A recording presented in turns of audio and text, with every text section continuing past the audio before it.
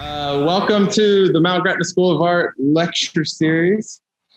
Today's lecture is in the classroom space because we couldn't reserve our Hall of Philosophy as usual. But I want to thank the Arts for All partnership of the Foundation for Enhancing Communities and Stinson Stroup for sponsoring this lecture series this summer. And thank you again for joining us for this lecture. I'm going to be introducing Amanda Millis this evening, who is one of two Four Pillars artists in residence this summer. You might remember Robert Werbicke from earlier on in the summer. And then when he left, Amanda Millis came in to take his place. And the whole idea behind the Four Pillars artists in residence, it's a little bit different than some of the other faculty lecturers that come through, is the purpose of this residency is to really help early to mid-career artists, help expose them to new audiences, and hopefully help them get a show or two, and maybe help sell some work, connect them with some collectors. And I will say that it was really touch and go. You might remember back in January when the Four Pillars applications were due, we weren't quite sure what was going to be happening this summer. So I just had something posted on the website. If you're interested, you might just give me a call because I'm going to have to talk to you about this. But she called and stuck through the process of my deciding whether or not we would even operate this summer. So I'm glad that, just having her here now, I'm glad that we stuck with the process. I'll say a few things here. She comes down from Boston, where she's been painting, and she studied before getting her MFA at the Massachusetts College of Art and Design. She studied at Smith College and Brandeis. She had a solo show pretty recently at the Orsman Gallery at Smith College, and is shown at Musa Collective. And I always loved these galleries. She has also been included in some shows at Bowery Gallery, Blue Mountain, and Prince Street Gallery. And so I'm going to invite her to come over and take my seat. Great. Well, before we begin, I just want to say thanks so much for this opportunity. It's really an honor to be at Mount Gretna. So many painters have been involved with this school that I admire. And I'm going to start with a quote from a collection of letters that left a really big impression on me from a young age. So here it goes. You are so young, so much before all beginning, and I would like to beg you, dear sir, have patience with everything unresolved in your heart and try to love the questions themselves as if they were locked rooms or books written in a very foreign language. Don't search for answers which could not be given to you now because you would not be able to live them. And the point is to live everything. Live the questions now. Perhaps then, someday far in the future, you will gradually, without even noticing it, live your way into the answer. So this quote speaks clearly to me and the whole collection of letters about what it means to live a creative life, and through working and living and being curious, you develop. And honestly, this seems even more relevant to me now than it did when I first read this 20 years ago.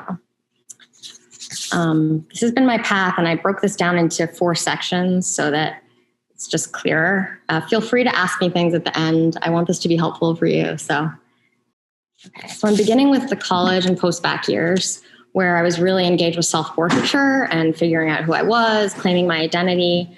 I'll talk about my inspirations at that time. And mentors were really important to me at this stage.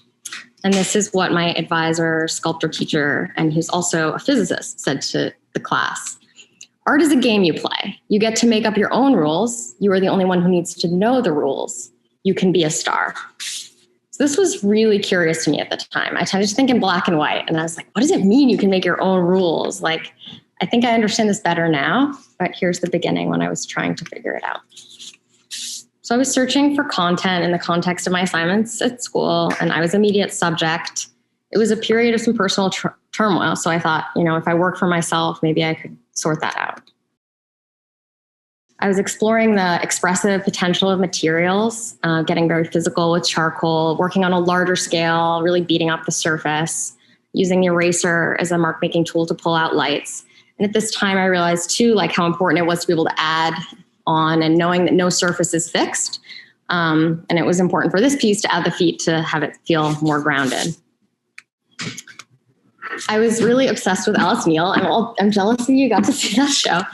And her ability to portray a person that wasn't, proportionally maybe accurate, but that got a kind of psychological acuity. And that really resonated with me at that time. The studio spaces at my school were pretty small, but I wanted to create a bigger sense of space. So I was putting mirrors in the space. I remember also this one I added part of my head to. So again, that idea of expanding the surface if you need to. I also remember being really excited by like painting this shirt and having that be warm and having the shirt in the background be cool and getting excited about color temperature. Then I was going further with the possibilities of mirrors. The Smith Art Collection is amazing. If you're ever in Northampton, I think it's one of the best small college collections. So I was looking at this Picasso and thinking about, how he's flattening the space, using the lines, and using that geometric structure for my own work, even though the space is quite different, but looking to the masters even at that early time. And like you are now, summer study was really important to me. So I went to Chautauqua, like a bunch of other people who've spoken here. And I was working some in the landscape, but I really wanted to work for myself. So one of the teachers, Margaret Grimes, actually gave me her studio for some period of time, which was so touching to me. But this was initially a nude self-portrait and probably the biggest I've ever made. So it was 10 feet by 5 feet. And I think you see early on my interest in windows and shape of light. And that was a really key summer for me. Then I undertook a year of study at Brandeis. I built stretcher bars and prepared surfaces really traditionally with rabbit skin glue and oil primer. And that felt like an important part of the process for me. I was going to the MFA and studying from the master's. I was really interested in this shallow kind of stage space, looking at and drawing from this Rosso Fiorentino. I think you can probably see the clear influence there. And I also thought at that time, like large paintings meant more important paintings, like more significant, like if it's big, it's good, which I do not at all think that now, but at the time felt important. Again, the idea of the San Francisco Bay Area painters and going after like a color feeling rather than local color, and just exploring the physicality of paint as well and the way light can come in. This was one of the last paintings I made that year. I really wanted to get an emptied out space. I made this really quickly too, like maybe 2 sessions, but having that feeling of tumbling, being disoriented, those warm figures. Then I started grad school at Mass Art. I was feeling really lost with my paintings at that time, and photography became really important to me. And I was working large and small scale, going back and forth between those. And I kept looking at the Bay Area painters. Francesca Woodman was probably my biggest influence, and Howard Hodgkin. When I started grad school, I took 4x5 photography, which I chose because of its similarities to painting. It has these big bellows and all these movements and all these things to consider. So besides from the composition, you're thinking about like aperture, you're thinking about the camera movements and lighting and focal length. And I liked how that slowed me down. And also in the darkroom, developing the film had a meditative aspect, which it was really good and grounding for me at that time. I think in this image, you can see my interest in windows and the landscape, which foreshadows what's to come. But I also felt really caught between painting and photography and what I thought were disparate worlds of representation and abstraction. I remember my teacher saying to me the head had to be really resolved with this painting, but as it went along, I felt like leaving it loose and unfinished was really important to the meaning for me, and that ambiguity was key. I also didn't finish this actually until I moved to Australia. I brought it with me for some reason and finally finished it there. So I feel like that might be even another level of meaning of separation. So as I mentioned, Francesca Woodman was a hugely important influence for me. I loved how she utilized herself in her work, light and unexpected compositions.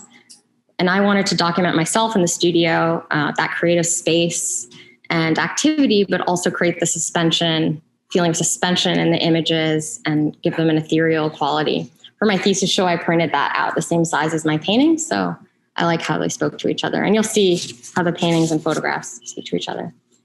I was working from some video stills for the paintings. The bathroom became a backdrop for a whole series for me. And again, I think that highlights my interest in the everyday, windows, and of course, light. And I'm really after a color feeling too. This painting I made after a photograph by the photographer Amira Fritz. And then I kind of like the meta levels of meaning that like then the painting becomes a photograph and the remove and how the veil factors in there too. Then I noticed the rectangular forms of the film holders were showing up in my paintings. And I became really enamored with Howard Hodgkin. His color for me felt so visceral and emotional. And I loved how it held a narrative, but it wasn't tied to figuration. And how he literally painted over frames. I felt like that was such a cool thing to do.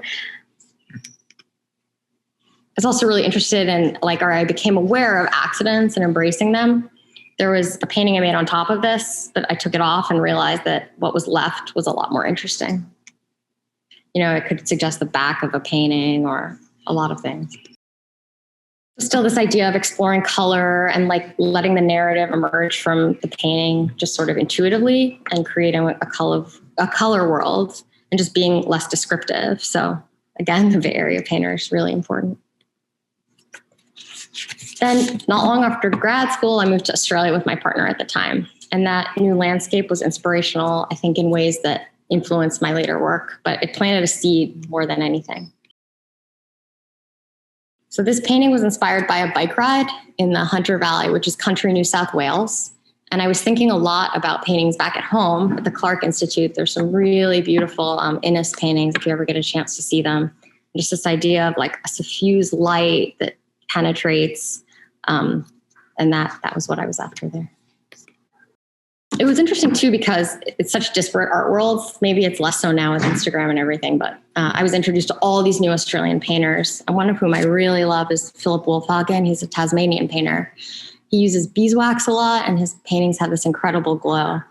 So I was looking at all these new painters and spending a lot of time in the landscape. And it's a place called Ku-ring-gai Park. In Australia, I also began diving, and that blew my mind.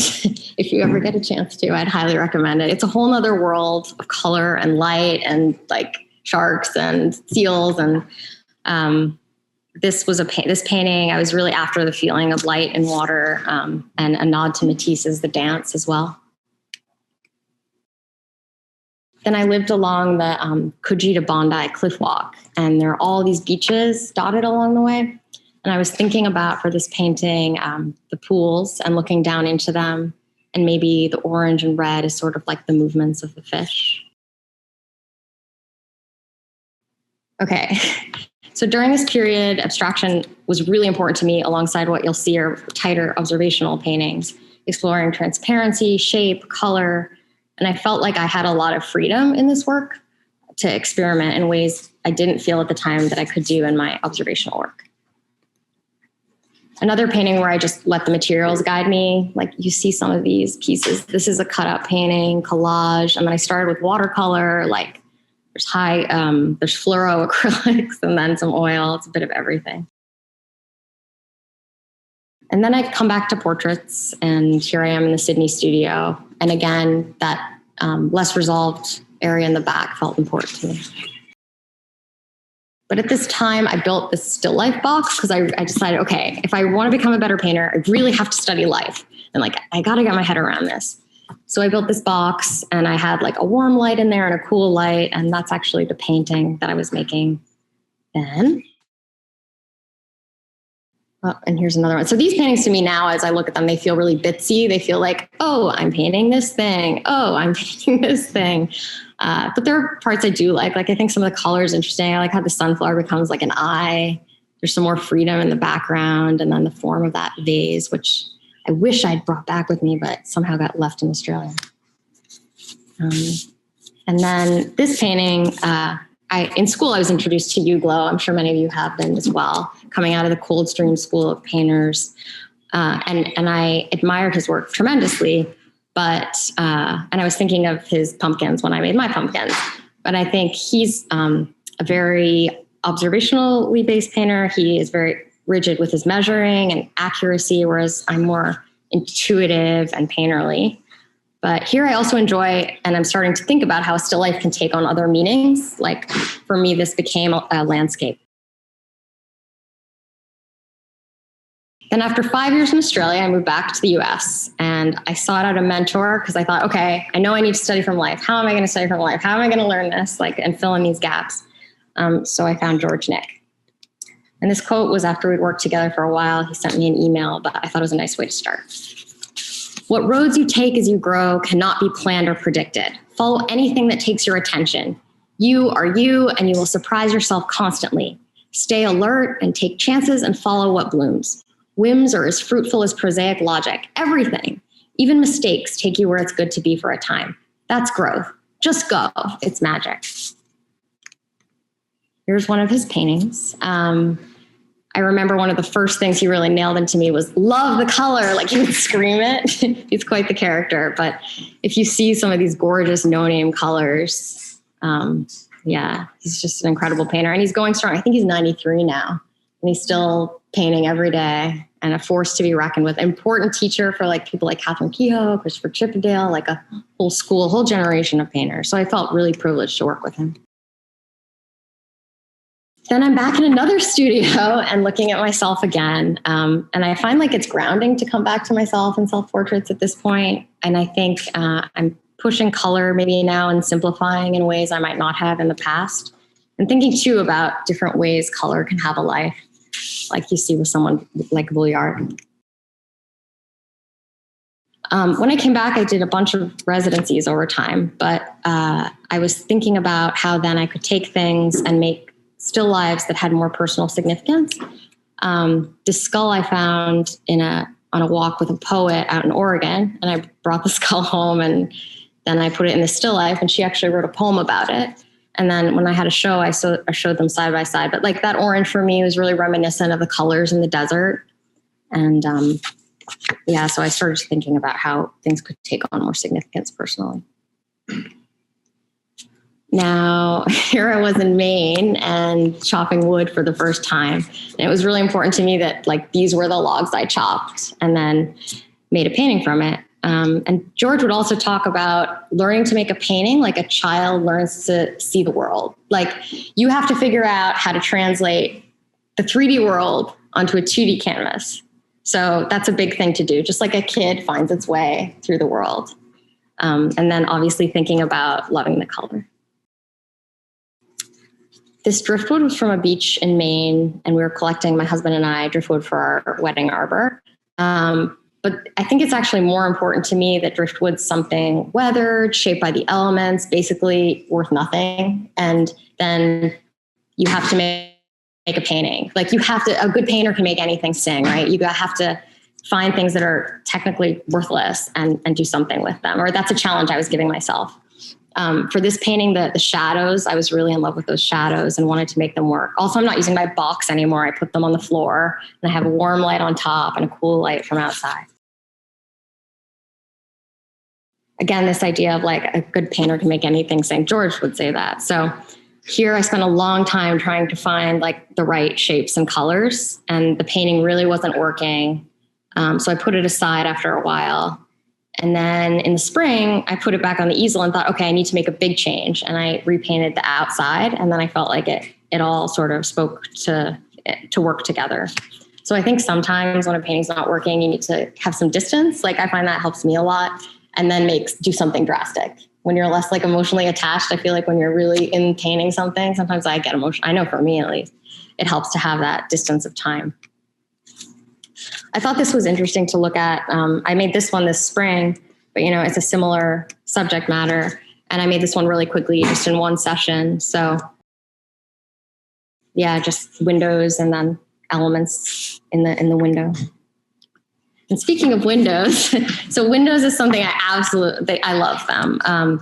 And Lois Dodd was someone I was looking at a lot. I loved this painting of hers. And I thought, okay, I want to make my own version. How can I do that? I began with this 2-session painting. And then I decided to go after a longer study, and I scaled it up. So generally, I love how windows offer such a rich and layered visual experience, and then the narrative possibilities that those formal elements open up. So for me, a window acts as a frame and has paintings within paintings. And I enjoy that windows, there's the architecture and the rigidity of that, and then the composite of everything happening in the window pane. So suddenly you're combining and bringing these things together, like an interior, a figure, distortions, and the landscape. And I find that really interesting, and that's engaging to me. I also love that reflections bring into view what's not actually seen. And for this painting, there's also a personal narrative, maybe more than other paintings. So my work is grounded in place, and this window's on the garage of our family Cape house, and where I spent summers growing up. And maybe you can make out letters there. That was my grandfather's dinghy. And inside there's a bunch of boating paraphernalia. So for me, the painting has a separation in the way it's painted, the architecture and the clarity of those forms. And I kind of see that for me as those are the things I'm observing clearly now, that's the present. And then the window pane and everything that comes together, and the interior, the landscape, that mush, and the things that are obscured, that's sort of the past, and that becomes more fragmented. So I like the idea of those two ways of something painted coming together in a painting, and that the idea of that maybe forming my identity. But I am not a conceptual painter at all. So it's these ideas sort of come to me while I'm painting, through the process of painting, through the work, and later on. Here's another faster window painting. Same things. You can see the strong shape of the architecture, and then I really like those shadows. I remember loving painting those. Remember this shape because it comes back again. This was a window I was really attracted to at a residency in Georgia, and I loved the diaphanous quality of that curtain and the reflections and the greens and all that play against the wood. And this painting, I worked on a bunch there. Also, that I remember loving, just the suggestion of an interior with a lamp. And I couldn't finish it there, so I had to bring it home. And that's something, sometimes you need to be removed from the motif a little bit to be able to finish a painting. Well, I find that. So I'm not as obsessed with looking at what's in front of me, but looking at the painting and what it needs. I really admire the quality of light and also the sense of abstraction in Jan van der Kooi. He's a Dutch painter, contemporary, in his work. I think this one's so beautiful and how it functions representationally and abstractly. And maybe I was thinking of him on some level when I made this painting and had this stronger abstract structure and just the quality of the light. This one, I made another residency in Virginia before the pandemic. So I think it's funny looking at it now, how you can maybe read all these political things into it, with everything that happened with the post office. But at the time I was thinking about, how do I paint a white that's not white, that has a color feeling? And thinking about the close value of the sky to the trees and all these formal elements. And also I think with this painting, I realized that I love painting glass because it allows another kind of color light to come in the painting. I remember I went to this residency in Maine in March. I was determined to paint outside. I asked people, how do you paint outside in the cold? And then I tried and I was like, nope, that's not happening. Not this time. So I had to figure out a way to find things that excited me. And I found this attic space. And I love how it integrated the landscape again and had so many windows and this large interior space. I've made a lot of paintings at this family Cape house that's been in our family for generations. I have memories, of going up those stairs as a kid, and it has a kind of magic for me. I think these paintings have become another way of exploring my identity. It's not so literal as the portraiture, and I hope they have a meditative quality to them. Here's that shape again. So this is the window I was looking at from the outside before, and now it's in the interior. And this painting changed from a gray day. I had to make a big change, and I turned it into a night painting. I'm showing this Bernard because I think it's a nice example of shapes that exist just within paintings and how exciting that is. So if you follow like the woman's head into the chair, into the wall, and then say hello to the cat, and then that's a nice shape. And then maybe you see that too. And like if you squint, that blue shape over there. And that's something I'm trying to do more of in my work. I love looking at things that people might ordinarily walk past. The specific night of light is really something I've gotten into the past few years. I love that it's so different and has this mystery. I've been thinking a lot about Vouillard, and there are a few other painters, but also these shapes are incredible, just like the shape of that and the shape of that triangle and the shapes, and then how that figure in the front echoes this figure over here, I think is incredible. But also there's this incredible narrative going on there, and it feels really tense. And for me, if you haven't figured it out by now, I often just like come across things and I realize I want to paint them. So I remember seeing that pop of red of the glass, and I love pushing color to make it maybe more saturated. But here the idea of a mirror as another kind of window or portal, that was on my mind as well. This painting's really hard to photograph. So I got pretty excited about it, and just like the rich, thick paint. I love paint. I mean, I'm sure all of you do too. But I made this and I thought, okay, I'm going to make that into a larger painting somehow. So this was from the past winter, thinking about Vouillard, Bernard, those guys, and taking on more space. And then I hope this has some kind of narrative element, and you might wonder what happened here. Why are there those shadows when there's nothing to make them? And then the chairs being askew. I really recommend trying to paint a nocturne. Like, I haven't done it a lot, but it's amazing. And you can't see. I mean, you can see even if you have a headlight or something, but it's a different kind of seeing. And I think you rely on intuition and you rely on different senses to make these kinds of paintings. I remember this was a one shot at night. I was out in Ohio with a couple other painters, and I brought it inside and I was really surprised. So it's just a fun thing to do. In this painting, I was thinking about the big forms and loving dappled light. And it's like, how do you paint dappled light? It's really hard. I mean, I've been trying the past few days here and got to figure it out again. But yeah, thinking about those big forms, the color in a rainforest, and how those things bounce around. Maybe they even make a sound. Working in other mediums has also been really important to me. Like acrylic gouache is a nice way to get like something fast drying, to put it down, work fast, different from oil. Again, this idea of simplifying forms. I love this late afternoon light in the high desert of Oregon. And I paint a lot with a knife because I think it has a kind of immediacy that I really enjoy. There are two small paintings that I think hold a big space, but I painted them a couple years apart. So I thought they were interesting side by side. I walked past this old structure several times and thought, oh, that's so interesting. Like, why is that bathtub there? And I love all those neutrals, and like, I could find some amazing neutral color in that against this landscape where everything's so saturated. So that was a lot of fun to paint.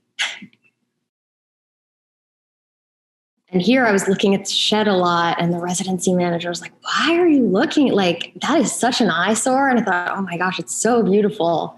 How do I paint those like vibrant greens against this shed, and like all this junk inside piled up, this rusted out stove in front. I just thought it was incredible. So a recent revelation for me has been aluminum flashing. So it's like 33 cents a sheet and you do a little bit to prepare it. And why it's great for me is like, I don't worry about it. So if I'm painting on something really nice, I usually get a bit freaked out. But with the flashing, I just can make things, I can mess them up, and it's great. It's been really liberating for me. So that was just a quick painting at the end of the day, like maybe 15, 20 minutes. And then I thought, okay, I want to do something more with that.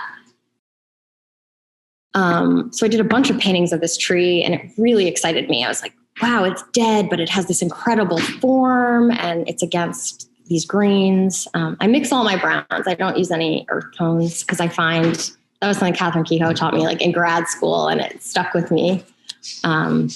yeah, I think you get a lot more richness in those. And I loved here how this felt like an animal to me. So I wanted to convey that sense. These are just 2 quick paintings. Again, like really trying to get to the essence of something, like not too detailed, just going after it. The one on the left is on Yupo, which is a really fun surface. If you haven't tried it, it's a really fast surface. If you use ink on it, you can like take it up again. And I'd recommend it. In this painting, I was thinking about the sky falling into the water, and how do you like simplify a gazillion greens.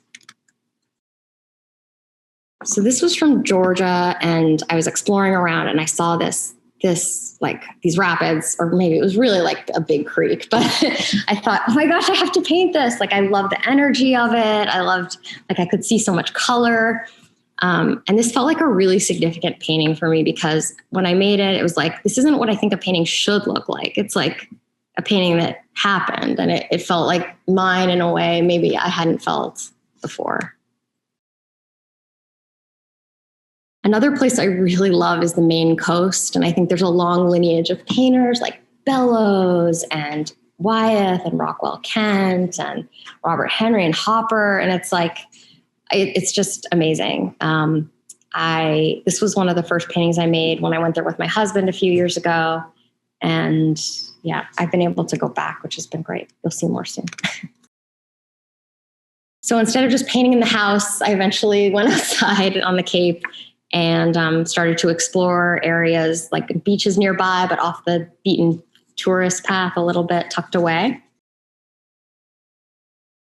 That's my setup. So you can see that's the beach. I love the energy of nature and trying to catch something dynamic. And working fast on site has been really great for me. I think it helps me bypass my brain, because oftentimes when I get in my head, it's like, it's death for the painting. So I can just mix color, put it on the surface, and it's really direct.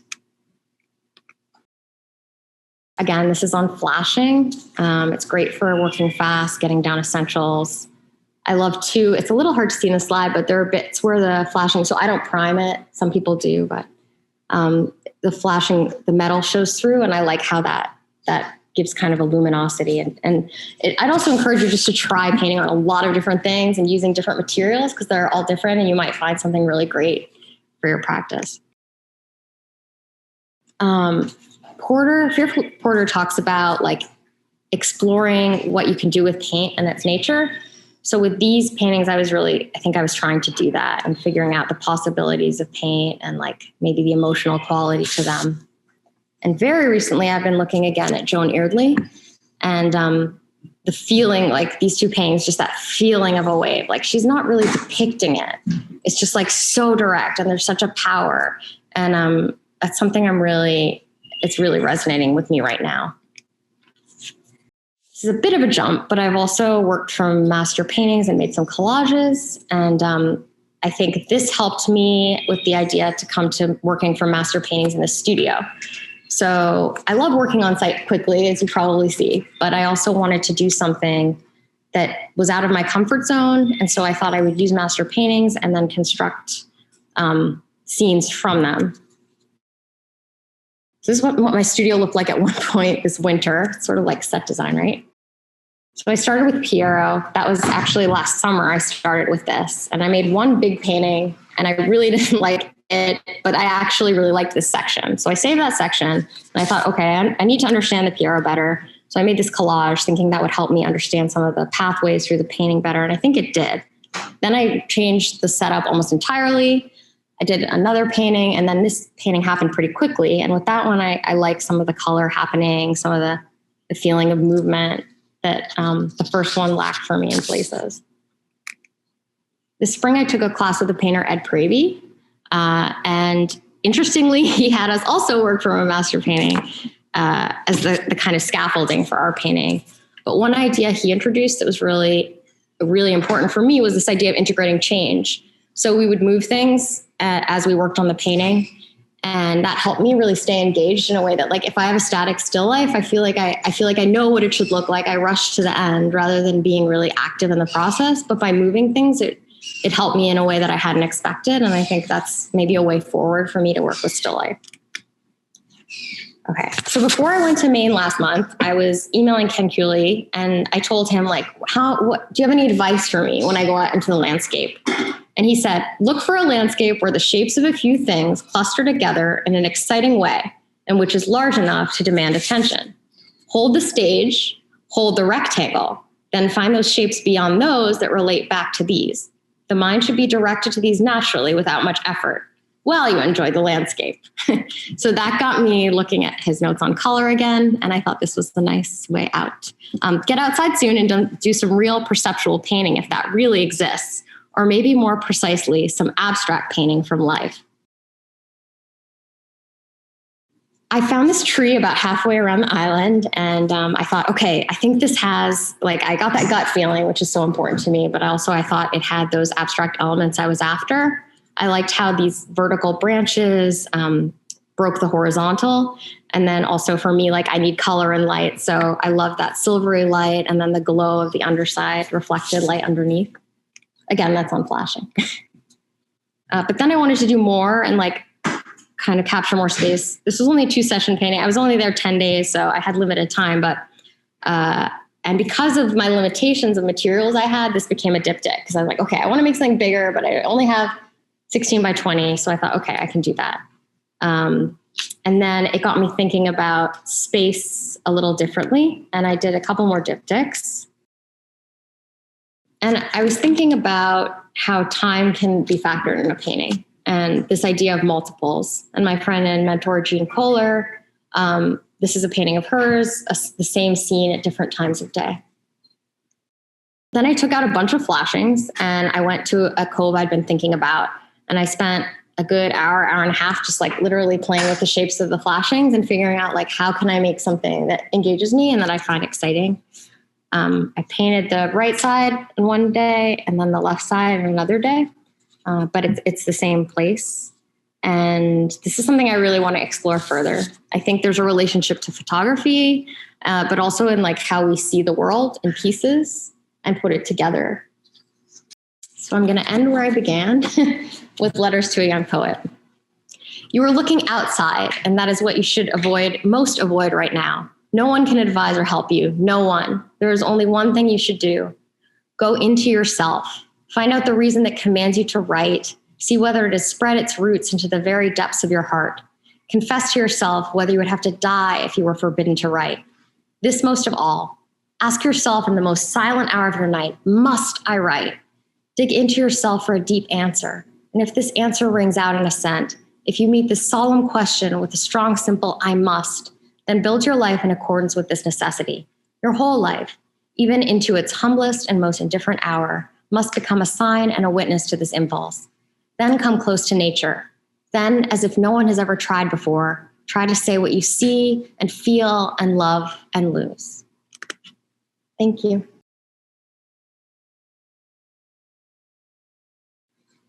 I have a question. Yeah. About that diptych. Yeah. Did you paint both of them at the same time? Or did And I had to improvise with drawing boards and I had to paint it sitting because it wouldn't fit on the easel I had and all sorts of things. But I actually also toned the ground, which I hadn't normally done. And I really loved what that did.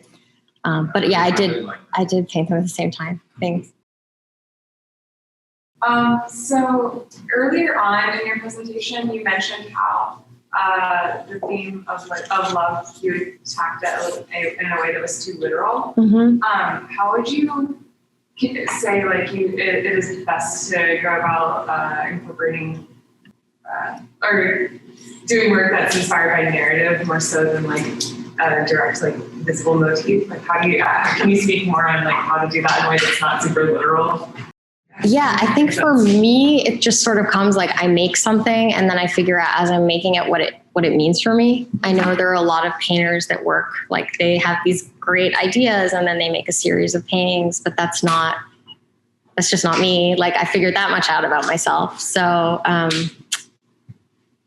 I don't think I'm invested. Well, I think whatever, honestly, you have to listen to your gut. Like George would say, right? Try things. And I've heard a lot of people say that, right? Even if you make mistakes, it doesn't matter because you'll learn something.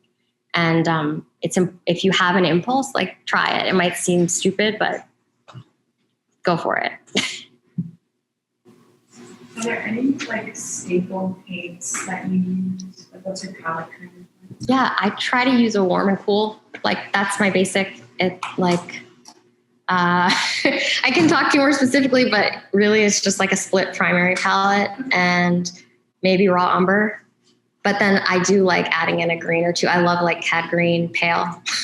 That's a fun color. But I rarely use a black. I mix my blacks. I was kind of interested in what pigments were on the warm side. The warm side, so cad red, light or medium. And then usually alizarin is the cool. Well, you're asking about the warms. Either cad medium for yellow or sometimes Indian yellow. And the blue, I don't know, like ultramarine or cobalt. And then I have cerulean. But really, like colors don't matter. Also, I didn't say this, but like value is so much more important than color. If you get the value right, you can do anything with the color. Having done quite a few artist residencies, which is something that you sort of look for after school as a way to connect. Would you talk a little bit about the different residencies or maybe one that was particularly transformative for you? I think when I came home, that residency at Playa in Oregon was amazing. It's in the high desert. It's like an hour and a half from Bend.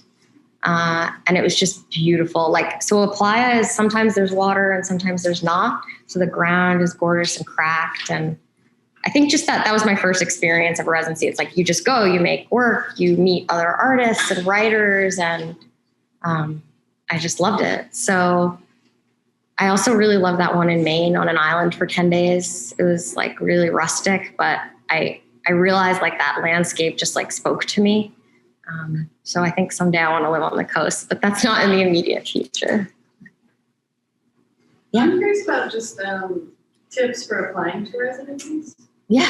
Well, I've gotten rejected from a bunch and I've gotten it. It's like you just have to put yourself out there and not take the rejections personally. I think good advice is like make it specific. Why do you want to go there? And why do you want to go now?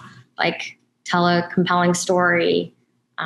Make it hard for them to say no. Yeah. Okay. Could you talk a little bit about the art in Australia? And where did you live in New South Wales? Yeah, I lived outside Sydney in Coogee, right by the beach, which was incredible. But I didn't appreciate it that much at the time. I think it's like now in retrospect, I see how incredible it was. The art, it's just a different world. Like there's Arthur Streeton, there's like Australian Impressionism, and they have the Archibald Prize, which is this huge portraiture prize. Like painting is so alive in Australia, and there's some fantastic, fantastic painters. And I was just surprised, like when I was going, I reached out to some people and said, do you know anyone there? And no one knew anyone. Well, there was one person that I was connected with. But when I went, it was really important to find a building and a community of artists and get connected that way. I love how much you love painting. It just comes through, and how inquisitive you are, and how you like. You're one thing that strikes me is the way that you like see what you're missing, and then you search it out, and like you have this big question, or maybe not a big question, but like the thing that's driving you to the next thing. So you're like moving forward. So what's your big question? Like what's driving you forward right now? Like what are you most excited about? I want to make sense of this landscape. Like I've been here a few days and I don't understand that. It's like you drive one place and there's a development, and you drive another place and you're in the fields, and the light is so different in Mount Gretna itself. But really this idea of like these iterations and like breaking the rectangle, multiples, like I'm pretty curious to try that. I just don't want it to be gimmicky. So I want it to come from an organic place. And I feel like I need to understand what's going on here in the landscape and what interests me before I can go after that. I was wondering, like, so you got really fast things, and then you got some studio things that seem like they're slower. And I was just wondering, like, how they start. Well, with that window painting, I drew it out in charcoal first, and then I sprayed it. But I kind of don't like if you draw something out in charcoal, for me at least, how I feel like locked into what I've drawn, and I don't want to mess it up. with the Piero, like working from those, I did a bunch of drawings, and then this idea of like change is important. But yes, I do thumbnails when I force myself to when I'm doing longer work. Like I want to have a good idea before I start a direction. But I still haven't figured out how to make a long painting that I'm happy with. So that's another thing I really want to go after next.